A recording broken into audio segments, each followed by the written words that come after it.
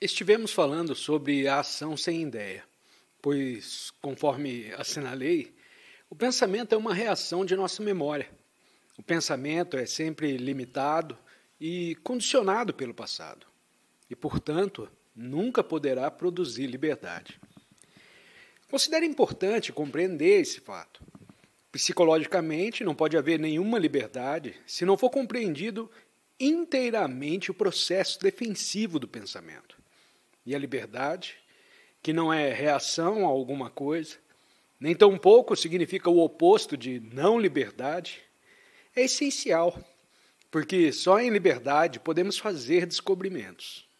Só a mente livre pode perceber o verdadeiro. A verdade não é uma coisa que tem continuidade e que pode ser mantida pela prática ou a disciplina.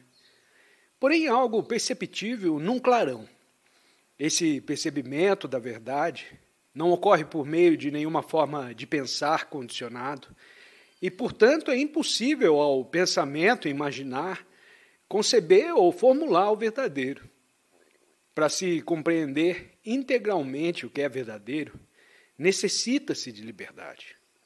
Para a maioria de nós, a liberdade é apenas uma palavra ou uma reação, ou uma ideia intelectual de que nos servimos como fuga à nossa escravidão, nosso sofrimento, nossa entediante rotina diária.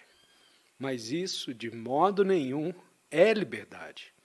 A liberdade não se obtém por meio de busca, pois não se pode procurar a liberdade.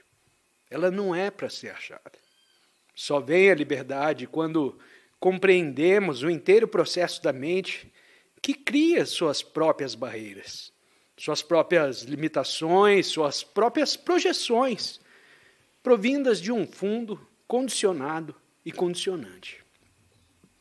Muito importa a mente religiosa compreender o que se encontra além da palavra, além do pensamento, além de toda experiência. E para compreender o que transcende qualquer experiência, para ficar com isso, vê-lo com profundeza num clarão, a mente deve ser livre. Sobre tudo isso já falamos e vimos como a ideia, o conceito, o padrão, a opinião, o juízo ou qualquer disciplina formulada impede a liberdade de espírito. E essa liberdade traz sua própria disciplina, que não é a disciplina do conformismo, da repressão ou ajustamento, porém uma disciplina não produzida pelo pensamento por um motivo. De certo, num mundo confuso, onde há tanto conflito e surgimento,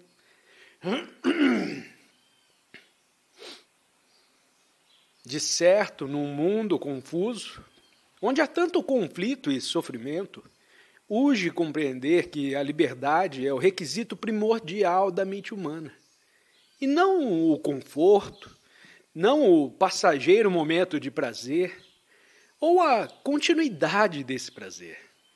Uma liberdade total, pois só desta pode surgir a felicidade.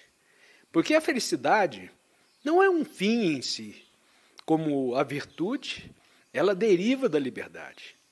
A pessoa livre é virtuosa, mas o homem que apenas pratica a virtude pelo ajustar-se ao padrão social nunca saberá o que é liberdade e, portanto, jamais será virtuoso. Nessa manhã desejo falar sobre a essência, a natureza da liberdade, para ver se juntos podemos investigá-la. Entretanto, não sei de que maneira escuta o orador. Escuta apenas as palavras? Escuta com o fim de compreender, com o fim de experimentar? Se assim houve, nesse caso, o que se está dizendo terá pouca significação. O importante é escutar não apenas as palavras, ou com a esperança de sentir em que consiste a extraordinária essência da liberdade. Porém, escutar sem esforço, sem luta, com naturalidade. Mas isso requer uma certa atenção. Por atenção, entendo estar completamente presente com todo o ser, Se assim escutar, descobrirá por você mesmo que essa liberdade não é uma coisa para ser buscada. Não resulta de pensamento ou de anseios emocionais histéricos. A liberdade vem sem ser buscada quando há plena atenção. A atenção total é a qualidade própria de uma mente que não tem limites, não tem fronteiras e, portanto, é capaz de receber toda e qualquer impressão, de ver e ouvir todas as coisas. E isso é possível. Não é algo sobremodo difícil. Só é difícil porque nos achamos senhorados pelos hábitos. E este é um dos tópicos a cujo respeito desejo falar nessa manhã. A maioria de nós tem inúmeros hábitos. Temos hábitos e idiosincrasias de ordem física e, ao mesmo tempo, hábitos de pensamento. Cremos nisto e não cremos naquilo. Somos patriotas, nacionalistas, pertencemos a certo grupo ou partido e observamos tenazmente o seu especial padrão de pensamento. Todas essas coisas se tornam hábitos e a mente gosta de viver mergulhada nos hábitos, porquanto os hábitos nos dão certeza, nos dão um sentimento de segurança, sentimento de não temermos. Uma vez firmada numa série de hábitos, a mente parece funcionar um pouco mais livremente, mas, na realidade, ela é irrefletida e desatenta. Não se limite a ouvir minhas palavras, mas observe como num espelho a sua própria mente, para ver o quanto está enredada em seus hábitos. Os hábitos que dão um sentimento de segurança só podem tornar a mente embotada. Por mais sutis que eles sejam e quer estejamos cientes deles, quer não, eles invariavelmente obscurecem a mente. Isso é um fato psicológico. Quer goste, quer não, é isso que acontece. Em parte devido à nossa educação escolar, em parte devido ao nosso condicionamento, que a sociedade psicologicamente nos impõe, e também em virtude de nossa própria indolência. A nossa mente funciona numa série de hábitos. Se não aprovamos determinado hábito de que estamos conscientes, lutamos para quebrá-lo e, quando quebramos um hábito, formamos outro. Parece não haver momento em que estejamos livres do hábito. Se você observar, verá quanto te é difícil não se enredar no hábito. Consideremos um hábito muito simples, que muita gente tem, o de fumar. Se fuma e deseja abandonar o fumo, a ideia de abandoná-lo cria uma resistência contra o fumar. Portanto, há um conflito entre o hábito e o desejo de quebrá-lo. Agora, mediante conflito ou resistência, pode eliminar um certo hábito, mas isso não liberta sua mente do processo formador de hábitos. O mecanismo que os cria não deixa de existir. E eu estou falando não como se livrar de determinado... E eu estou falando não como livrar-nos de determinado hábito, porém sobre o deixarmos de criar hábitos. Não sei se já se observou no ato de fumar. Com observar-se, eu quero dizer estar consciente de cada movimento que faz. Como a sua mão vai ao bolso, retira um cigarro, coloca na boca, volta ao bolso para apanhar os fósforos, acende o cigarro, e como então puxa uma fumaça e atira fora o fósforo.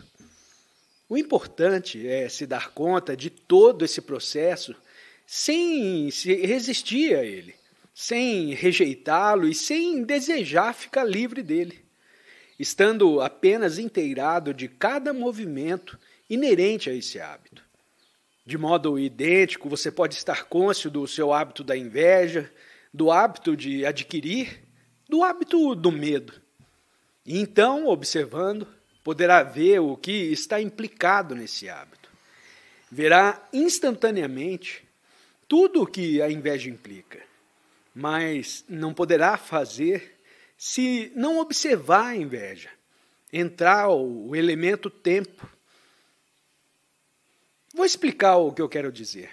Pensamos que podemos nos libertar da inveja gradualmente e nos esforçamos para afastá-la pouco a pouco, introduzindo assim a ideia do tempo. Dizemos, tentarei me livrar da inveja amanhã ou um pouco mais tarde. E entre mentes continuamos invejosos. As palavras tentar e entre mentes são de cunho temporal. E quando se introduz o fator tempo, não há possibilidade de libertação do hábito. Ou de pronto quebramos um hábito, ou ele continua existente, embotando de maneira gradual a própria mente, criando-se, com isso, novos hábitos. Observe seus próprios hábitos e a sua atitude em relação a eles.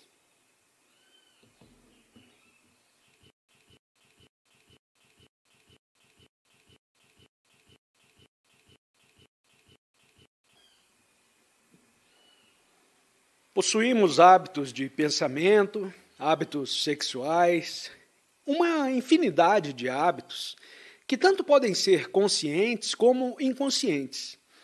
E é, sobretudo, difícil percebermos os hábitos inconscientes. Socialmente, e na escola e no colégio, somos educados nesse elemento do tempo. Toda a nossa psicologia se baseia no tempo, na ideia de que finalmente haverá fraternidade e paz, mas que, por enquanto, temos de ir passando por todos os horrores da guerra. Bem, é possível a mente libertar-se instantaneamente dessa ideia de chegar gradualmente a uma parte, de gradualmente transcender uma coisa e gradualmente nos tornarmos livres. Para mim, a liberdade não é uma questão de tempo. Não há nenhum amanhã no qual ficaremos livres da inveja ou adquiriremos uma certa virtude. E se não há nenhum amanhã, também não há medo. Só há um viver completo, agora. O tempo deixou de existir completamente e, portanto, não há formação de hábito.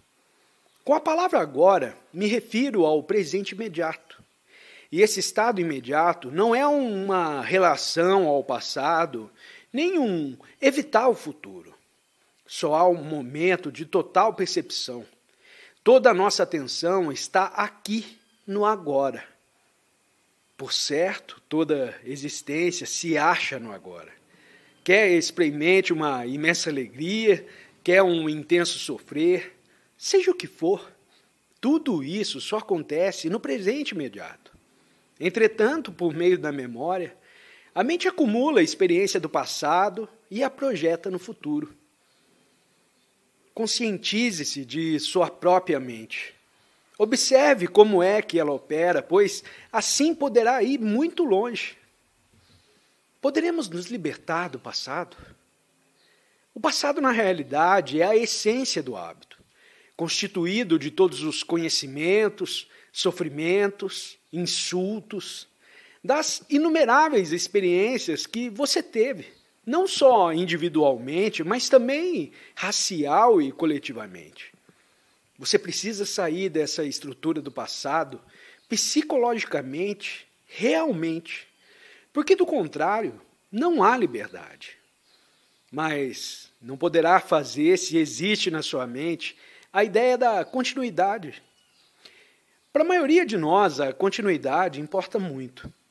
Mas, afinal de contas, a continuidade nas relações é simples hábito. É a continuidade do pensamento que sustenta as limitações da mente.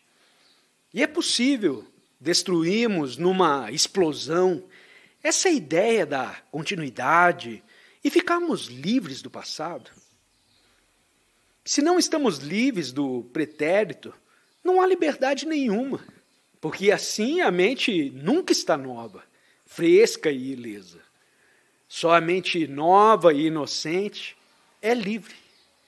A liberdade nada tem a ver com a idade da pessoa, nada tem a ver com a experiência. E quer-me parecer que a própria essência da liberdade reside na compreensão de todo o mecanismo do hábito, consciente e inconsciente. A questão não é de acabar com o hábito, porém antes de ver totalmente a estrutura. Você deve observar como se formam os hábitos e como, pela rejeição de um hábito ou pela resistência a ele, outro hábito se forma. O relevante é estar totalmente cônscio do hábito, porque então, como você mesmo verá, já não há formação de hábitos. O resistir ao hábito, o combatê-lo ou rejeitá-lo, só pode lhe dar continuidade. Quando luta contra um hábito, dá mais vida a ele. E também o próprio batalhar contra ele se torna um novo hábito.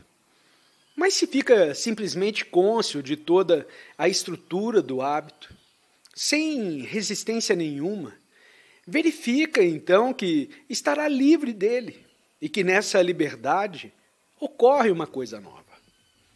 É só a mente embotada, sonolenta, que cria o hábito e a ele se apega. A pessoa atenta de momento em momento, atenta para o que ela própria diz, atenta para o movimento de suas mãos, de seus pensamentos, de seus sentimentos, deixa de formar hábitos. É muito importante compreender isso, porque, evidentemente, enquanto a mente está empenhada em quebrar um hábito, e com esse próprio processo, criando outro hábito, ela nunca poderá ser livre. É só a mente livre que pode perceber algo além de si própria. Essa mente é religiosa. Quem se limita a frequentar a igreja, a recitar orações, a apegar-se a dogmas, ou a abandonar uma seita para ingressar-se noutra, não tem uma mentalidade religiosa, mas simplesmente entorpecida. Religiosa é a mente livre. E a mente livre acha-se num estado de constante explosão. E nesse estado de constante explosão, há o percebimento daquela verdade que ultrapassa as lavras, o pensamento e toda a experiência.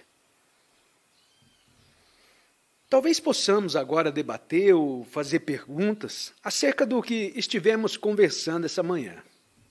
Pergunta: há séculos que a mente busca sua própria preservação, e você diz que a mente que procura proteger-se é incapaz de ver o verdadeiro. Talvez sua mente difira da mente dos que te ouvem. Neste caso, o que deveremos fazer? Resposta: vamos investigar ao cérebro e à mente. Note, por favor, que estou empregando essas duas palavras muito cautelosamente. Há séculos que o cérebro se ocupa com sua própria conservação. Ele é produto do tempo, resultado de todos os esforços animalísticos do homem. O cérebro humano é ainda como o animal que luta para a própria conservação. E ele é o justo centro do eu. Minhas posses, minha casa, minha mulher, minha religião. Todos nós o conhecemos. Todos nós temos esse cérebro que busca a própria conservação. E nós o herdamos do passado. Agora, consoante aos biologistas, a parte posterior do cérebro constitui o cérebro animal e é muito ativa, enquanto que a parte anterior ainda está por desenvolver. Isso não significa que eu leio biologia, mas tenho amigos que o fazem e me disseram que a parte anterior do cérebro não está totalmente desenvolvida e que o cérebro humano deverá converter-se de animalístico em algo novo e maravilhoso. Meu desejo é lhe salientar que, para se alcançar a totalidade da mente, que inclui o limitado cérebro, o tempo não é necessário. A mente integral é uma coisa que tem de ser compreendida. Não se pode especular a seu respeito, porquanto não se trata de uma simples ideia religiosa, como a ideia de Deus, ou a ideia da alma, ou a ideia do céu. E podemos saltar daquele limitado estado da mente, que é produto do passado, e se desenvolveu através do tempo, diretamente para o atemporal, o complexo, o total. É possível saltar do limitado para o ilimitado? Eis a questão. Eu digo que é possível, mas cumpre romper explosivamente com o passado. Precisa-se daquela extraordinária energia sobre a qual estive falando e que não é resultado de ajustamento, de resistência e de conflito.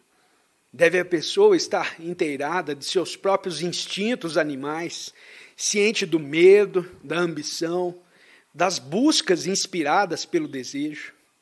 Cumpre dar plena atenção a tudo isso. Descobre-se assim que o tempo, como fator de evolução, deixa de existir.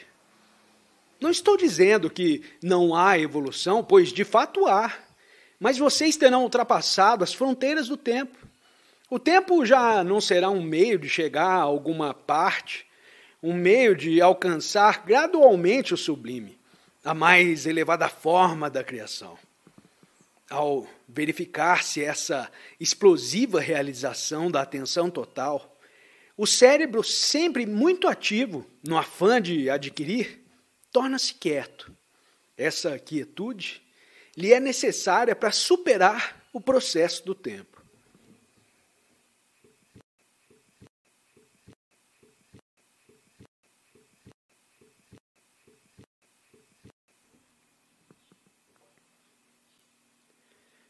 Note que a tranquilidade do cérebro faz parte da meditação. Não quero discorrer agora sobre a meditação. Vamos fazer daqui a pouco.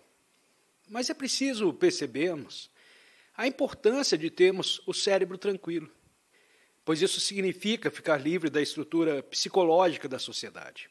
A estrutura psicológica da sociedade é ainda animalesca. Ela torna o cérebro ambicioso, ávido, invejoso, ciumento, apegado. E em tais condições, o cérebro não conhece o amor.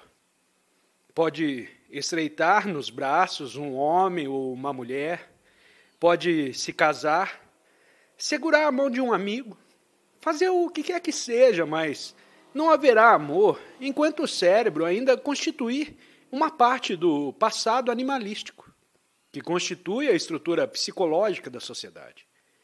A compreensão dessa estrutura em nós mesmos faz também parte da meditação.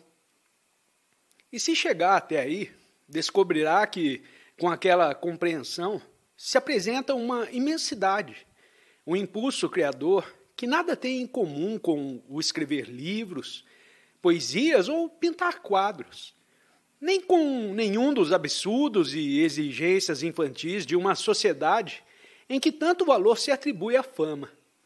É uma criação que se verifica no imensurável, a culminância da existência. Mas tal só será realizável quando a estrutura animalística, a estrutura psicológica da sociedade, tiver sido de todo rejeitada. Significando isso que a mente, o cérebro, já não é ambiciosa, apegada, dependente, já não deseja se preencher, já não se deseja ser alguém, já não busca o poder, a posição e o prestígio.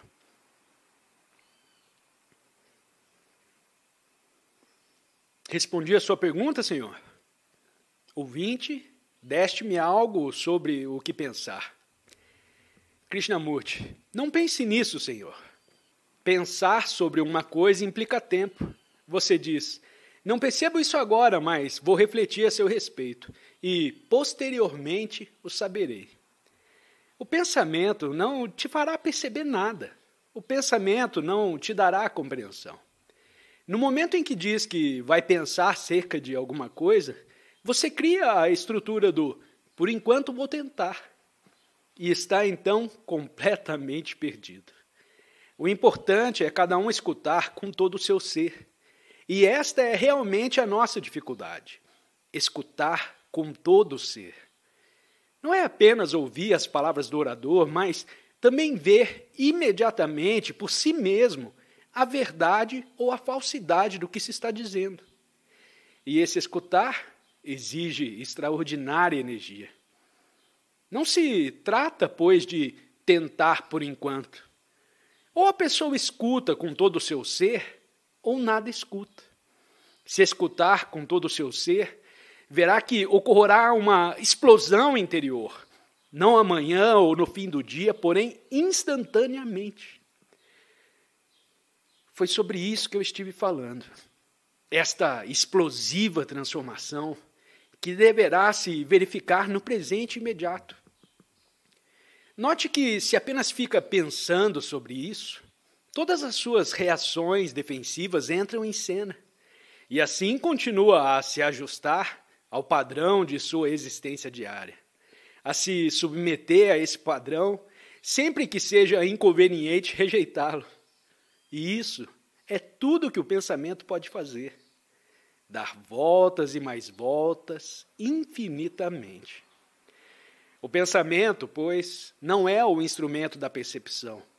Não é a dinamite que destruirá o passado. Você tem de dar o seu coração ao escutar. É isso mesmo que quero dizer.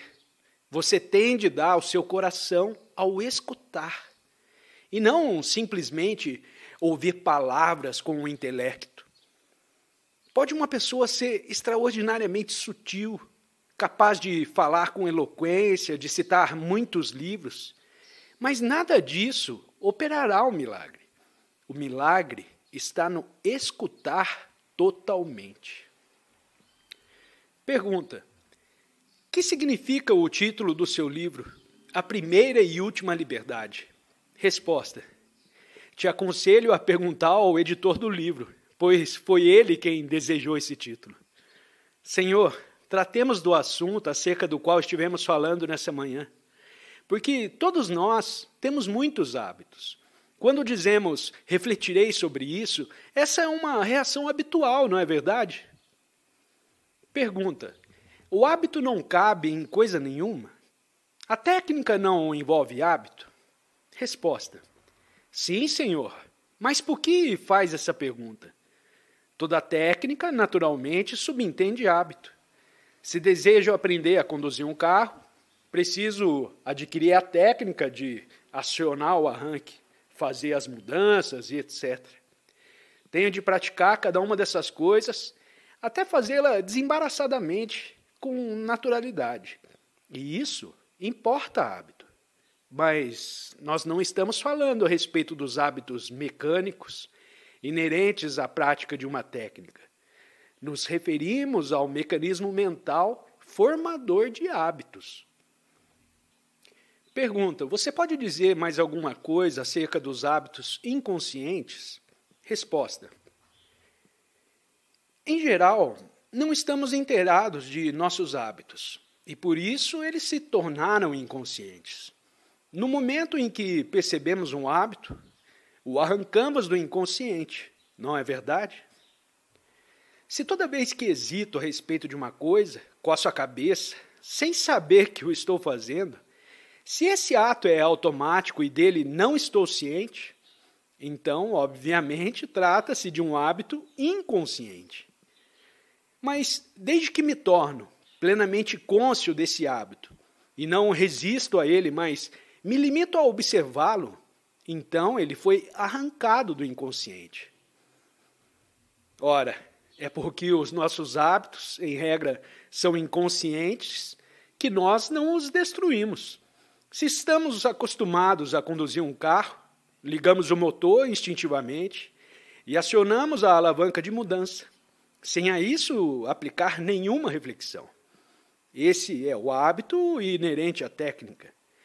Mas, em geral, estamos igualmente inconscientes de como procedemos com os nossos semelhantes.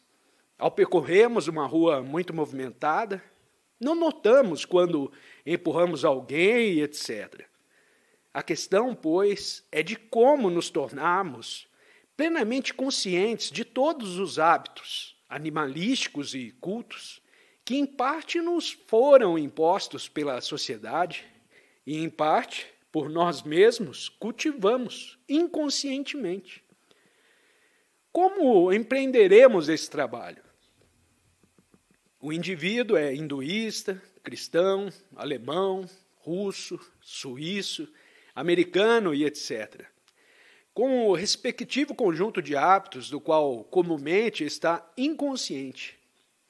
E como poderá o indivíduo perceber esse condicionamento? Como poderá se dar conta do inconsciente, onde se encontra essa imensa série de hábitos não revelados? Como cientificar-se do padrão inconsciente que em você se acha profundamente enraizado? Irá procurar um psicanalista, lhe pagando 50 ou 100 libras, ou qualquer que seja o preço, para que ele te arranque o padrão do inconsciente? Isso adiantará? Ou você mesmo se analisará? Que subentende o processo de autoanálise? Quando se analisa, a divisão entre o observador e o objeto observado, não é verdade? E o observador está tão condicionado como aquilo a que observa. Há, pois, conflito entre ambos, entre o analista e a coisa analisada. O analista está sujeito a interpretar erroneamente o que imagina e, se resiste a um dado hábito ou procura transformá-lo de acordo com suas próprias idiosincrasias e etc., com isso só dará mais força ao hábito. Portanto, a autoanálise não é tampouco o caminho que se deve seguir. O que fazer, então? Tende presente, por favor, que estamos falando sobre como abrir o livro do inconsciente, de modo que se traga à luz todo o seu conteúdo.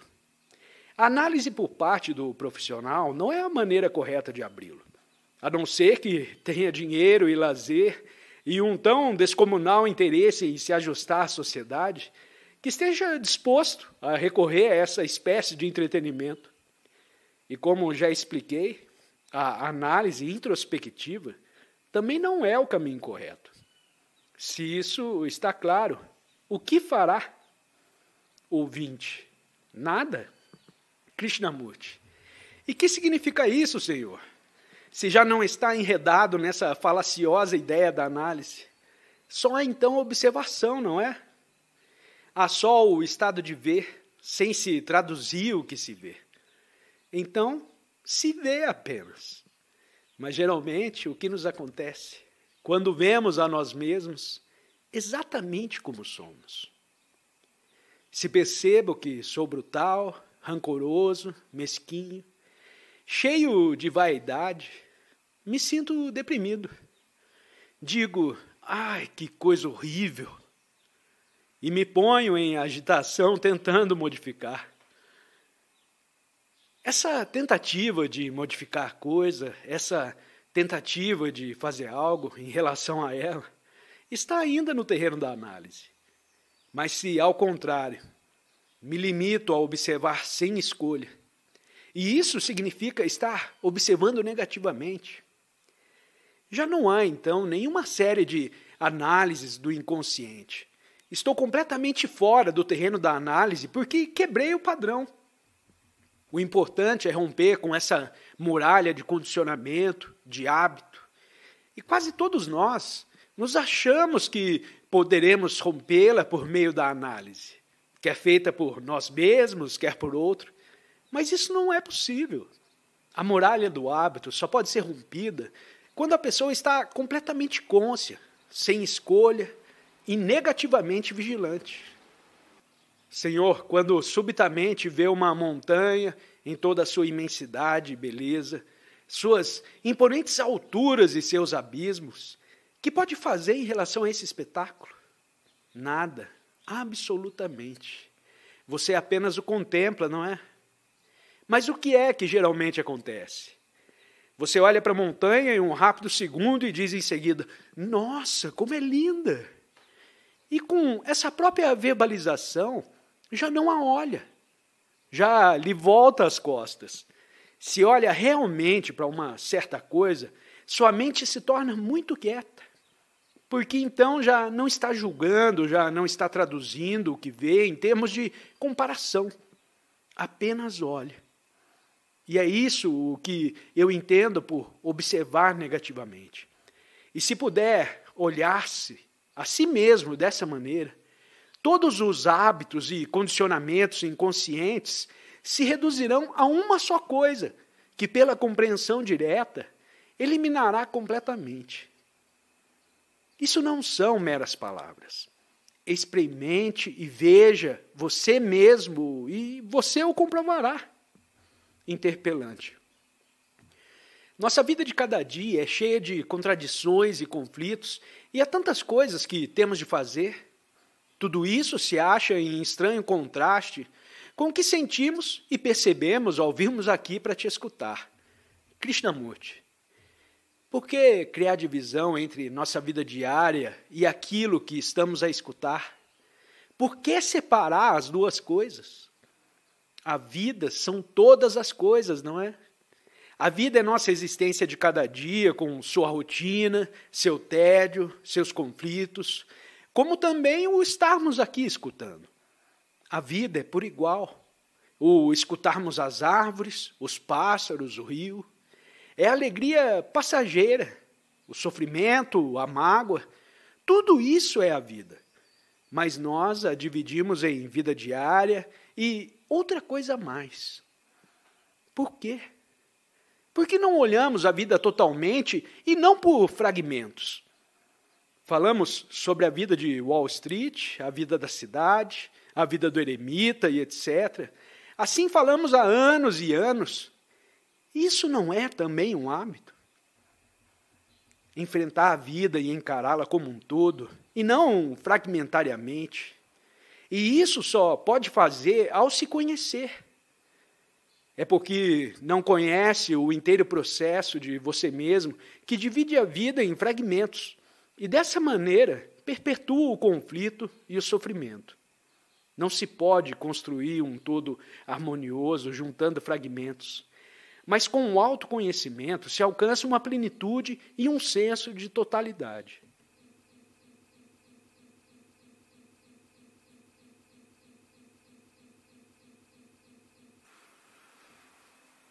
Desejo falar nessa manhã de um assunto talvez pouco familiar a alguns de vocês, ou seja, a questão de esvaziar a mente do medo.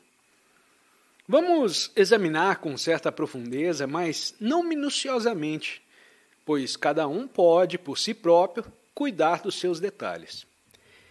Mas antes de entrarmos na matéria, precisamos saber o que se entende por aprender, madureza e autoconhecimento. Essas não são meras palavras, simples conceitos, cujo significado pode ser facilmente aprendido. O penetrar as palavras e lhes perceber o real significado requer grande dose de compreensão. Por compreensão, entendo aquele estado sem esforço, no qual a mente está consciente, livre de obstáculos, livre de tendências, sem nenhuma luta para compreender os dizeres do orador. O que o orador está dizendo tem por si só pouca significação. O verdadeiramente importante é que a mente esteja tão perceptiva e sem esforço algum que se ache constantemente num estado de compreensão. Se não compreendemos e apenas nos limitamos a ouvir palavras, ao sairmos daqui, levamos conosco, invariavelmente, uma série de conceitos ou ideias com a qual estabelecemos um padrão, a que tentamos nos ajustar,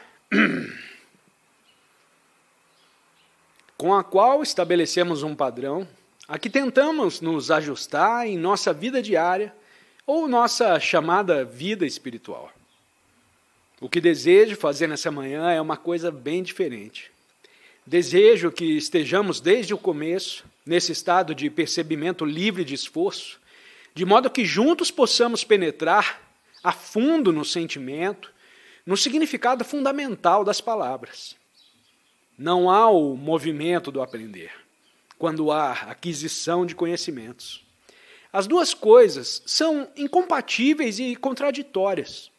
O movimento do aprender implica um estado em que a mente não tem guardada como conhecimento nenhuma experiência. O conhecimento se adquire, ao passo que o aprender é um movimento constante, que não é processo aditivo ou aquisitivo. Portanto, o movimento do aprender implica um estado em que a mente não segue nenhuma autoridade. Todo conhecimento supõe alguma autoridade. E a mente que se fortificou na autoridade do conhecimento, de modo nenhum pode aprender. A mente só pode aprender quando cessou de todo o processo aditivo. Em regra, nos é um tanto difícil diferenciar entre aprender e adquirir conhecimento. Pelo experimentar, pelo ler, pelo escutar, a mente acumula conhecimentos. Esse é um processo aquisitivo, um processo de adicionar sempre mais alguma coisa ao que já se sabe. E baseados nesses conhecimentos, nós atuamos. Bem, o que geralmente chamamos aprender é exatamente esse mesmo processo de adquirir novas informações e acrescentá-las ao estoque de conhecimentos que já possuímos. Uma pessoa, por exemplo, aprende uma língua pouco e pouco, formando gradualmente o seu conhecimento da sintaxe, dos idiotismos e etc. E é isso, provavelmente, o que a maioria de vocês faz agora. Quando escuta um orador, aprende o sentido de adquirir conhecimento. Mas eu estou falando sobre algo totalmente diferente. Por aprender, não entendo acrescentar o que já se sabe. Só se pode aprender quando não há nenhum apego ao passado, como conhecimento. Isso é, quando vê uma coisa nova e não a traduz em termos do conhecido. Trataremos disso posteriormente, se não o tiver compreendido, pois considero importante diferenciar entre aprender e adquirir conhecimento. A mente que está aprendendo é uma mente inocente, ao passo que a mente que está apenas adquirindo conhecimentos é velha, estagnada e corrompida pelo passado. A mente inocente percebe instantaneamente, aprende a todas as horas, sem acumular, e só ela é amadurecida. Mas, em geral, consideramos a madureza um processo de amadurecimento em experiência, em conhecimento. É isso que chamamos madureza. Uma pessoa amadurecida, dizemos, é aquela que teve uma grande quantidade de experiência, que se tornou sábia com os anos, que sabe se ajustar às circunstâncias imprevistas e etc. Movendo-se no tempo, essa pessoa alcançou gradualmente um estado de plena maturidade. Pensamos que, com o tempo, a mente amadurece, libertando-se da ignorância, sendo ignorância a falta de conhecimento das coisas mundanas, a falta de experiência e de capacidade. Uma pessoa jovem, dizemos, necessita de tempo para amadurecer. Por volta dos 60 anos, ela terá sofrido, terá, através das premências, das tensões, das atribuições da vida, acumulado experiência, conhecimentos. E então, talvez, estará amadurecida. Mas, para mim, a madureza é algo completamente diferente. Eu acho possível nos tornarmos amadurecidos sem passar por todas as pressões e tribulações do tempo. Estar completamente amadurecido, qualquer que seja a idade do indivíduo, significa ser capaz de enfrentar e resolver imediatamente qualquer problema que se apresente, e não transportá-lo para o dia seguinte. O transportar um problema de um dia para o outro é essencialmente falta de madureza. É a mente sem madureza que continua a existir com seus problemas de dia para dia. A mente amadurecida pode resolver de pronto os problemas sempre que surgem.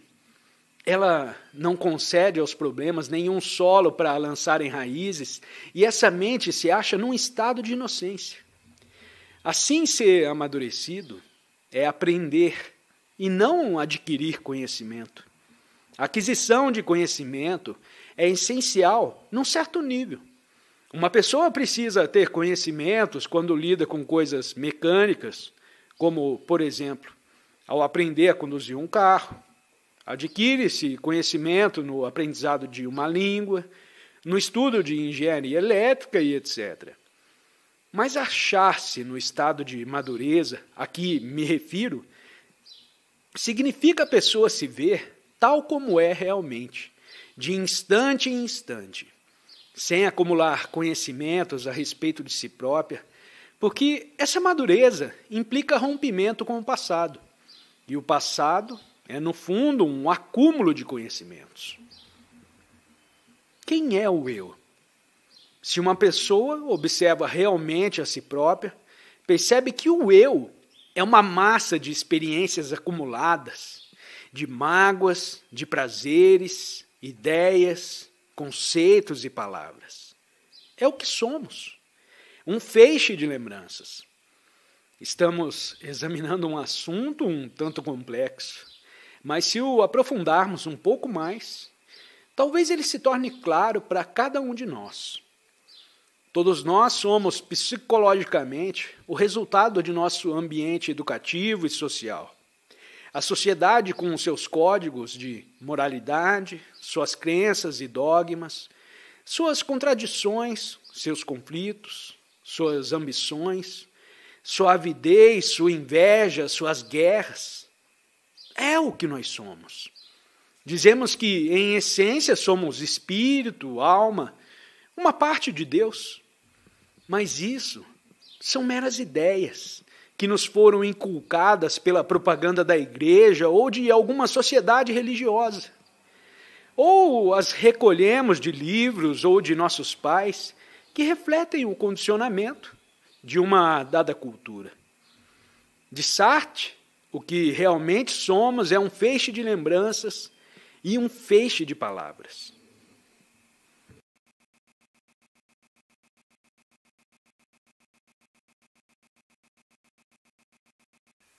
Memória identificada com a propriedade, a família, o nome, eis o que cada um de nós é.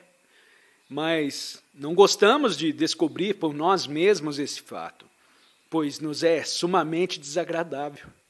Preferimos pensar acerca de nós próprios como seres extraordinariamente inteligentes, mas não somos nada disso. Podemos ter uma certa capacidade para escrever poesias ou pintar quadros, podemos ser bastante sagazes nos negócios ou sutis no interpretar determinada teologia. Mas, em verdade, somos um feixe de coisas lembradas. As mágoas, as dores, as vaidades, os preenchimentos e frustrações do passado. Apenas isso. Poderemos perceber superficialmente que somos esse resíduo do passado, mas dele não estamos profundamente inteirados e agora o olhamos. Mas isso não significa aquisição de conhecimento a nosso respeito. Note, por favor, a diferença. Desde que adquire conhecimento sobre você, está te consolidando no resíduo do passado. Perceber os fatos verdadeiros sobre nós mesmos, de momento em momento. E esse é o movimento do aprender. É estar livre de qualquer conhecimento acerca da sua pessoa. Não sei se me estou explicando claramente. Quando digo que tenho conhecimento acerca de mim próprio, o que significa isso? Suponhamos que fui insultado ou lisonjeado. Essa experiência permanece em minha mente como memória. Com a memória dessa mágoa ou prazer, me olho a mim mesmo e interpreto o que vejo em função daquelas passadas reações. Interpretar a si próprio em termos do passado é simplesmente se pôr num estado de pressão ou de exultação. E nesse estado, não há possibilidade de aprender, porque não há o frescor e a espontaneidade da percepção. Mas se a pessoa se vê realmente tal como é, e não interpreta isso conforme o passado, se simplesmente observa o fato, ou seja, o que é a cada minuto, tem então a possibilidade de aprender a respeito de si própria, sem acumulação. Não é realmente muito difícil nos vermos como somos, simples e claramente sem resistência. Se um homem é mentiroso, se é luxurioso, ávido, invejoso, lhe será relativamente fácil descobrir isso. Mas nós, em geral, quando descobrimos o que somos, tratamos imediatamente de interpretá-lo em relação com o que pensamos que deveríamos ser. E por essa razão, nada aprendemos sobre o que somos. Está claro? Quando julgamos ou interpretamos o que em nós descobrimos, estamos adicionando ao que já sabemos. E dessa maneira, fortalecemos o fundo memorial. Esse processo, de modo nenhum, traz a liberdade. E só se pode aprender em liberdade. É-nos grato pensar que a essência do eu é o não eu, mas tal essência ou centro espiritual não existe. Só há a memória das coisas pretéritas. E esse fundo de memória está sempre interpretando, julgando, condenando aquilo que realmente é. O estar livre desse fundo é o estado de imediata natureza. E estar amadurecido é esvaziar a mente de todo o temor. Eu espero que esteja escutando e aprendendo. Aprender não é meramente compreender as palavras do orador, porém ver diretamente por si mesmo o que existe além das palavras. É possível a mente libertar-se do medo? O medo de qualquer natureza que seja gera ilusão, torna a mente embotada e superficial. Onde há temor, não há, evidentemente, nenhuma liberdade. E sem liberdade, não há amor. Quase todos nós temos alguma espécie de medo. Medo do escuro, medo da opinião pública, medo de serpentes, medo da dor física, medo da velhice e medo à morte. Mas é possível estar-se completamente livre do medo? Pode-se ver que o temor nos faz a cada um. Ele nos leva a mentir, nos corrompe de várias maneiras, torna a mente vazia, superficial. Há cantos escuros na mente que nunca podem ser investigados e trazidos à luz enquanto tivermos medo. A autoproteção física, o impulso instintivo a guardarmos distância do réptil venenoso, a recuarmos ante o precipício, a evitarmos ser colhidos por um ônibus e etc. É sã, normal e saudável. Mas eu estou falando da autoproteção psicológica que nos faz temer a doença, a morte, um inimigo. Quando buscamos preenchimento na pintura, na música, nas relações ou no que quer que seja, há sempre medo. Assim, o importante é estarmos conscientes de todo esse processo de nós mesmos, que o observemos e aprendamos a seu respeito. E nunca perguntemos como se pode ficar livre do temor. Quando apenas deseja se livrar dele, encontrará meios e modos de fugir-lhe e dessa maneira nunca verá liberdade. Nunca estará livre do temor. Se refletir sobre o medo e a maneira como devemos considerá-lo, verá que, para a maioria de nós, a palavra é muito mais importante do que o fato. Considere a palavra solidão. Com essa palavra eu quero me referir ao sentimento de isolamento que subitamente nos assalta sem razão aparente. Não sei se isso já te aconteceu alguma vez.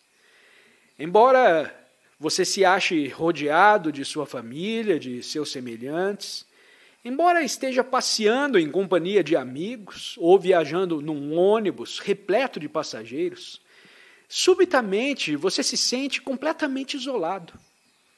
Dada a lembrança dessa experiência, ao medo ao isolamento, ao estar só, ou tem apego a alguém que morre e você se vê só, isolado.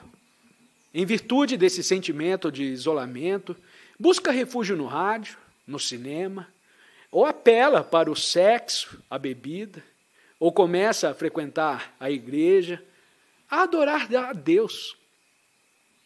Se vai à igreja ou se toma uma pílula, trata-se de qualquer maneira de uma fuga. E todas as fugas são essencialmente a mesma coisa. A palavra solidão nos impede de adquirir perfeita compreensão desse estado. A palavra associada à experiência do passado evoca o sentimento de perigo e gera o medo. Por essa razão, procuramos fugir. Por favor, observe a você mesmo como a um espelho. Não se limite a me escutar e verá que a palavra tem extraordinária significação para a maioria de nós. Palavras como Deus, comunismo, inferno, céu, solidão, esposa, família. Que espantosa influência elas exercem em nós. Somos escravos de tais palavras e a mente que é escrava de palavras nunca está livre do medo. Estamos conscientes do medo em nós existente, aprendemos a seu respeito, não significa interpretar esse sentimento por meio de palavras, porque as palavras estão associadas com o passado, com o conhecimento. E no próprio momento em que aprendemos a respeito do medo, sem verbalização, e isso não é adquirir conhecimento sobre ele. Verá como a mente se torna completamente vazia de todo o temor. Isso significa que temos de penetrar em nós muito profundamente, pondo de parte todas as palavras. E quando a mente compreende todo o conteúdo do temor, tanto consciente como inconsciente, e portanto dele se liberta, se apresenta então um estado de inocência.